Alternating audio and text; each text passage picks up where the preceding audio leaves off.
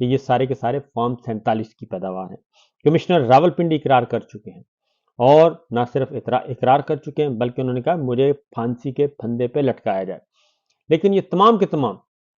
شواہد جو ہیں وہ موجود ہیں، لیکن ان کو دبایا جا رہا ہے۔ اور اس کے بعد پھر آگے بڑھتے ہیں،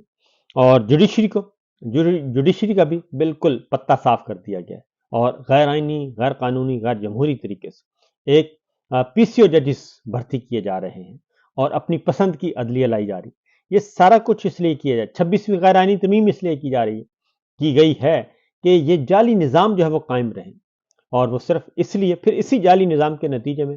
آرمی چیف عاصم منیر صاحب کی ایکسٹینشن ہوئی، 3 سال کے بجائے 5 سال کر دیا گیا، اور وہ بھی اس کے بعد بھی ایکسٹینڈیبل ہے، تو 5 سال کا ٹینیور، اور اس کے بعد پھر 5 سال اور 10 سال کے لیے یہ راستہ کھول دیا گیا۔ یہ سب کچھ اس لیے کیا جا رہا ہے کہ یہ بندر بانٹ کی گئی ہے، اور اس بندر بانٹ کو اب پاکستان پیپلز پارٹی بھی کہہ رہی ہے، سوائے نون لیگ کے علاوہ باقی سب کہہ چکے ہیں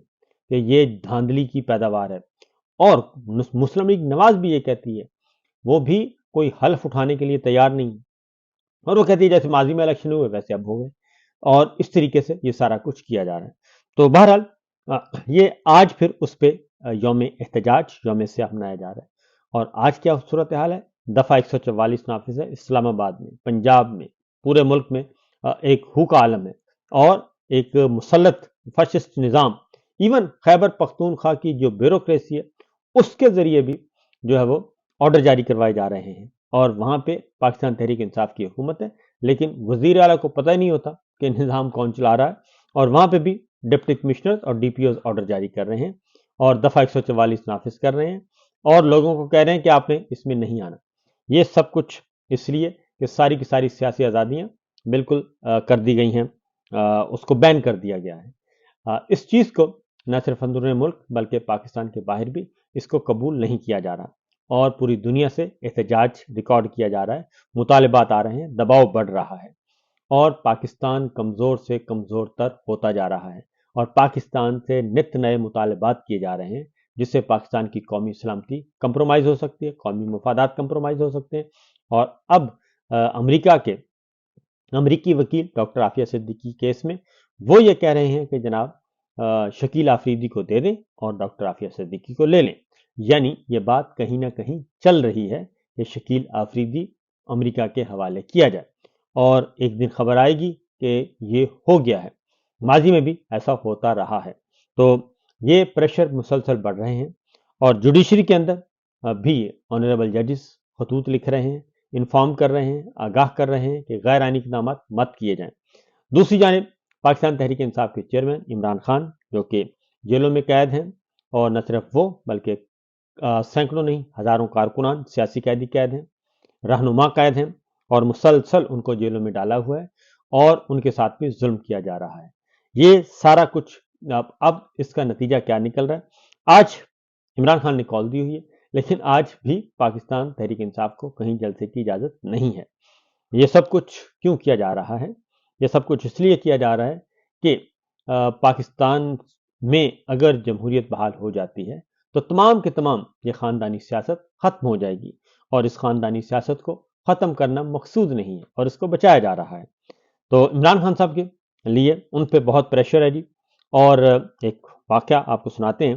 کہ بہت ساری باتیں کی جا رہی ہیں سنگجانی کے حوالے سے، جو پچھلا 26 نومبر کا، تو عمران خان صاحب کو ایک پورے کا پورا ایک جو اس دن ہوا، عمران خان صاحب کو اس وقت بھی اور آج بھی بڑی بڑی آفرز کی جا رہی ہیں، اور ان کو کہا جا رہا ہے کہ جناب ہم آپ کے لیے آسانیاں پیدا کرنا چاہتے ہیں، آپ ہمارے ساتھ کوآپریٹ کریں، ہمارے ساتھ تعاون کریں، آپ ہمارے ساتھ مفاہمت کر لیں۔ ہوا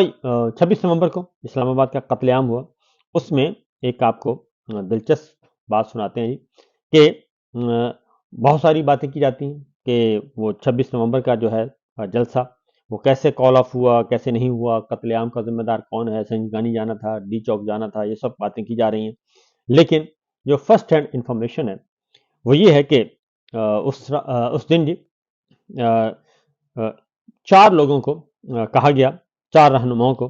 پاکستان تحریک انصاف کے کہ آپ جائیں اور جا کے عمران خان صاحب سے بات کریں، اور انہیں کہیں کہ یہ جلسہ جو ہے وہ اس مارچ کو پوسٹ پون کر دیں جو 26 نومبر کا احتجاج ہے۔ اور اس میں علی محمد خان صاحب تھے، شیر افضل مروت تھے، اور ان کو کہا گیا کہ آپ چلے جائیں، اور بیرسٹر گوہر کو کہا گیا اور بیرسٹر سیف کو کہا گیا۔ علی محمد خان صاحب نے انکار کر دیا اور یہ ملٹری لیڈرشپ کی طرف کیا جا رہا تھا، اور شیر افضل مروت صاحب بھی نہیں گئے۔ بیرسٹر گوہر اور پھر گئے بیرسٹر سیف گئے اور ان کو بھیجا گیا اور انہیں کہا گیا جی کہ سنگجانی کے حوالے سے آپ دے دیں، تو انہوں نے کہا کہ مجھے تو کوئی علم ہی نہیں باہر ہو کیا رہا ہے۔ پھر ان کو بھیجا گیا اور انہوں نے کہا کہ میری بات کریں۔ عمران خان صاحب نے کہا کہ جی میری آپ بات کروائیں علی امین گنڈا پور سے، تاکہ میں صورتحال کو سمجھوں، اور اس کے بعد علی امین گنڈا پور سے بات کروائیں۔ تو پھر ملٹری لیڈرشپ نے اس بات کا اہتمام کیا اور جیل سے علی امین گنڈا پور سے بات کروائی گئی، اور عمران خان صاحب نے پوچھا کہ بشرا بی بی کدھر ہیں، تو بشرا بی بی کے بارے میں انہوں نے کہا کہ وہ آگے جا چکی ہیں اور میں پیچھے ہوں۔ تو اس کے بعد یہ بات پھر عمران خان صاحب کو دوبارہ گئے بیرسٹر گوہر، دوبارہ سے ان کو کہا گیا کہ جی آپ جائیں۔ اور ایک اور بات بتاؤں، یاد آیا کہ ہیلی کاپٹر دیا گیا، اس کام کے لیے ہیلی کاپٹر دیا گیا بیرسٹر گوہر اور بیرسٹر سیف کو، ہماری ملٹری لیڈرشپ نے، کہ آپ جہاں بھی وہ پڑاؤ تھا، 24 نومبر کی بات ہے یہ، کہ 24 نومبر کے وقت ان کو باقاعدہ ہیلی کاپٹر پہ بھیجا گیا جلسہ گاہ جہاں پہ یہ جلوس چل رہا تھا، خیبر پختونخوا کی حدود میں تھا، وہاں بھیجا گیا ہیلی کاپٹر کے ذریعے کہ آپ وہاں پہ جا کے ہماری بات کروائیں۔ تو ان کی ہیلی کاپٹر پہ وہ گئے تھے۔ اس کے بعد دوبارہ عمران خان صاحب آتے ہیں، دوبارہ عمران خان صاحب سے ملاقات کروائی جاتی ہے بیرسٹر گوہر کی، اور بیرسٹر گوہر کے پاس بیرسٹر گوہر جب جیل میں جاتے ہیں تو عمران خان صاحب جو ہیں وہ بیرک سے نہیں آتے۔ اس کے بعد بات کروائی جاتی ہے، جو اس وقت آفیشلز تھے، ملٹری لیڈرشپ کے نمائندے تھے، انہوں نے پھر بات کی نمبر 1 سے۔ اب یہ نمبر 1 کون سے ہیں یہ اس کا ابھی تک علم نہیں ہے، لیکن نمبر 1 سے بات کروائی گئی اور ان سے پرمیشن لی گئی کہ جناب عمران خان صاحب جو ہیں وہ باہر نہیں آ رہے اور بیرکس سے، تو پھر بیرسٹر گوہر کو ہم بھیج دیتے ہیں بیرکس میں بھیج دیتے ہیں۔ تو پھر بیرسٹر گوہر کو عمران خان کی بیرک میں بھیجا گیا، اور بیرسٹر گوہر نے فرسٹ ٹائم عمران خان صاحب کی بیرک دیکھی، وہ کال کوٹری جہاں پہ عمران خان کیمپ پذیر تھے۔ تو عمران خان صاحب نے بیرسٹر گوہر کو ڈانٹا اور انہوں نے کہا کہ مجھے کچھ پتہ نہیں ہے اور مجھے ایکچوئل سچویشن چاہیے، بتائیں کہ وہ ہیں کدھر، اور میری بشرا بی بی سے بات کروائی جائے اور مجھے بتایا جائے، اور اس کے بعد ہی میں کروں گا۔ تو بہرحال ان کی منت سماجت کی گئی اور پھر انہیں کہا گیا کہ جی آپ ویڈیو اسٹیٹمنٹ ریکارڈ کروا دیں۔ تو عمران خان صاحب نے کہا کہ ٹھیک ہے، میری اگر بشرا بی بی سے بات کروا دیں تو میں ویڈیو ریکارڈ کروا دیتا ہوں۔ اگلے دن پھر یہ ہوا، یہ 25 تاریخ کا واقعہ ہے کہ اس کے بعد پھر دوبارہ بیرسٹر گوہر کو بھیجا گیا بیرکس میں۔ تو عمران خان صاحب نے جیل میں بھیجا گیا، تو عمران خان صاحب نے انہیں کہا کہ ٹھیک ہے میں تیاری کرتا ہوں،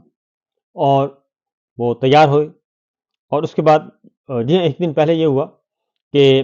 انہوں نے پوچھا کہ موبائل فون کون سے ہیں، انہوں نے کہا کہ موبائل فون میرے نہیں ہیں بلکہ یہ ملٹری لیڈرشپ کے ہیں، یعنی کہ ملٹری آفیشلز کے ہیں۔ تو عمران خان صاحب نے کہا کہ نہیں، اس پہ میں نہیں کرواؤں گا، کیا پتہ یہ کون سی بات نشر کریں اور کون سی بات نہیں کریں۔ تو پھر اس بات کی بھی اجازت دے دی گئی کہ بیرسٹر گوہر کا فون دے دیا جائے۔ تو بیرسٹر گوہر جب گئے اور انہوں نے اپنا اسٹیٹمنٹ عمران خان صاحب نے لکھا، لیکن پھر کوئی ایک ایسا واقعہ ہوا کہ عمران خان صاحب نے پھر وہ بیان ریکارڈ نہیں کروایا، اور اس طریقے سے معاملہ جو ہے وہ ختم ہو گیا، جس کے بعد پھر یہ اسلام آباد میں گولی چلائی گئی اور پھر قتل عام ہوا، یہ سب کچھ ہوا۔ تو یہ سارے کا سارا معاملہ ہے، یہ سچویشن ہوتی رہی اور عمران خان سے اس حد تک رابطے کیے گئے، اور اب بھی عمران خان صاحب سے رابطے کیے جا رہے ہیں اور یہ باتیں کی جا رہی ہیں کہ جناب آپ ہماری بات مان لیں اور ہم آپ کے لیے آسانیاں پیدا کریں گے۔ لیکن عمران خان صاحب جو ہیں وہ کسی بھی صورت میں اپنے اصولوں پر سمجھوتہ کرنے کے لیے تیار نہیں،